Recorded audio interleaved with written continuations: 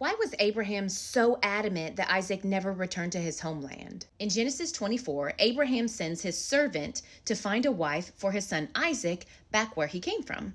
But before the servant leaves, he asks an important question. Genesis 24:5, the servant said to him, "Perhaps the woman is not willing to follow me to this land. Must I then take your son back to the land from which you came?" That question makes sense. Abraham's family, his people, his culture were all back in Mesopotamia.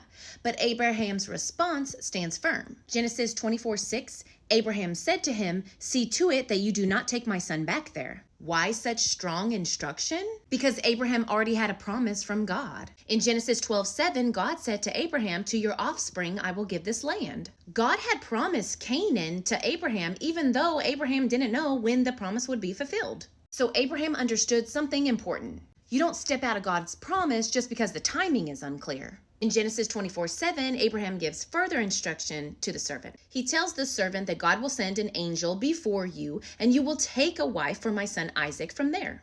Abraham trusted that God would handle the details, but Isaac had to remain planted where God had placed him. And this is where wisdom comes in. Abraham knew his son Isaac, much like a lot of us parents know our children. He may have understood that if Isaac had returned to his kindred, especially after Abraham's death, there might be a temptation to stay, to settle, to abandon God's promise. Sometimes wisdom isn't about distrusting people, it's about knowing human nature. Scripture speaks often about discernment and knowing people well.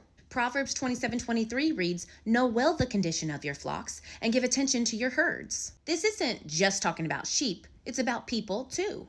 Abraham wasn't being controlling, he was being protective of God's promise. This story teaches us don't return to what God called you out of.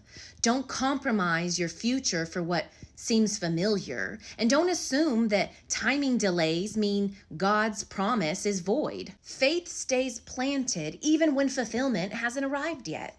So are you guarding God's promise in your life or slowly drifting back to what's familiar?